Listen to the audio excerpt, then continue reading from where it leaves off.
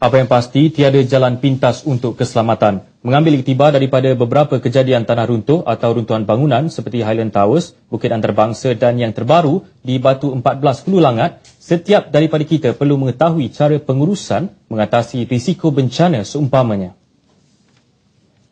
Itulah nampak macam Menurut Timbalan Presiden Pertubuhan Arkitek Malaysia, Saifuddin Ahmad, penyelenggaraan dan pemantauan berterusan penting bagi memastikan tahap dan kemampuan sesebuah bangunan selamat untuk terus ditiami.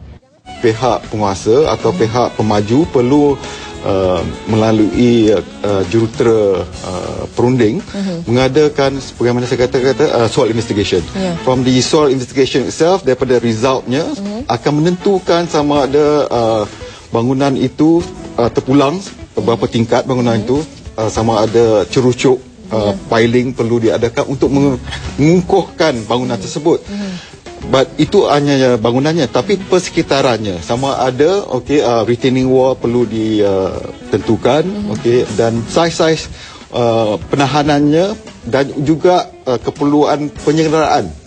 Tidak kira sama ada bangunan persendirian atau perdagangan adalah menjadi tanggungjawab pemilik dan pemaju memastikan setiap pembinaan atau pengubahsuaian mematuhi ciri keselamatan ditetapkan. Ia bagi mengelak keadaan itu menyumbang kepada berlakunya perkara tidak diingini. Lereng bukit yang curamannya agak ketara, mungkin tidak dibenarkan pembinaan dilakukan.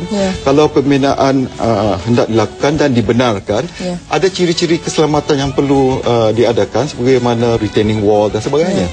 Saifuddin Ahmad berkata demikian ketika ditemu bual dalam rancangan Selamat Pagi Satu Malaysia di TV1.